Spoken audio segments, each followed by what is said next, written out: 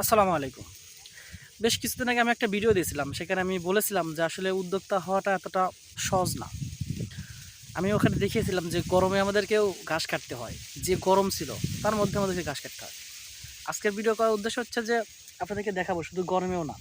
যে আবহাওয়া খারাপ থাকে সে হোক গরম বা বৃষ্টির যাকে নয় সবকিছুর মধ্যে আমাদের কাজ করতে হয়। গতকালকে প্রচুর পরিমাণ বৃষ্টি হয়েছে। আমি কালকে প্রায় ৪টার দিকে ঘাস কাটছি। ৪টার সময় প্রচুর বৃষ্টি, বজ্রপাত হয়েছে।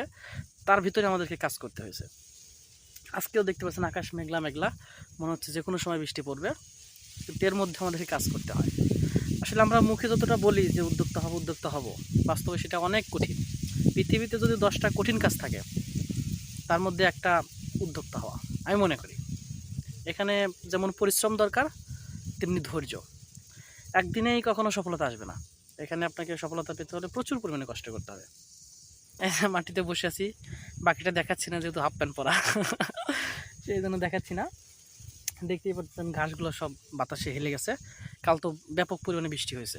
আজকে দেখলাম যে ফেসবুকে দেখলাম আমাদের সাদাতপুরের একজন ধান কাটতে বজ্রপাতে মারা গেছে। আল্লাহ তাকে জান্নাতুল ফেরদৌস দান করুক। এরকম আমাদের প্রত্যেকেরই, যারা উদ্যোক্তা হওয়ার ইচ্ছা, প্রত্যেকেই আমাদের এরকম রিস্ক নিয়ে কাজ করতে হয়। সেটা হোক রোদে, যেমন রোদে আপনার স্ট্রোক করার ভয় থাকে, আবার বৃষ্টির ভিতর ঠিক বজ্রপাতের একটা আশঙ্কা থাকে। কিন্তু কি করার, দিন শেষে তো আমাদের কাজ করতেই হবে। কারণ এখন পরিশ্রম করে ঘাস না কাটলে গরু তো না খায় থাকবে, আর গরু না খায় থাকলে আপনার দুধও হবে না, মাংসও হবে না, দুদিক দিয়ে লস। তো আমাদের কষ্ট করতেই হবে। যারা ভাবেন যে শুধু উদ্যোক্তা হব, হতে পারবেন না যে এমন কিছু না। চেষ্টা করলে মানুষ সব পারে, তবে চেষ্টা করতে হবে। শুধু শুধু বসে থেকে উদ্যোক্তা, আগেই বলেছিলাম যে অসম্ভব, শুধু বসে বসে হয় না।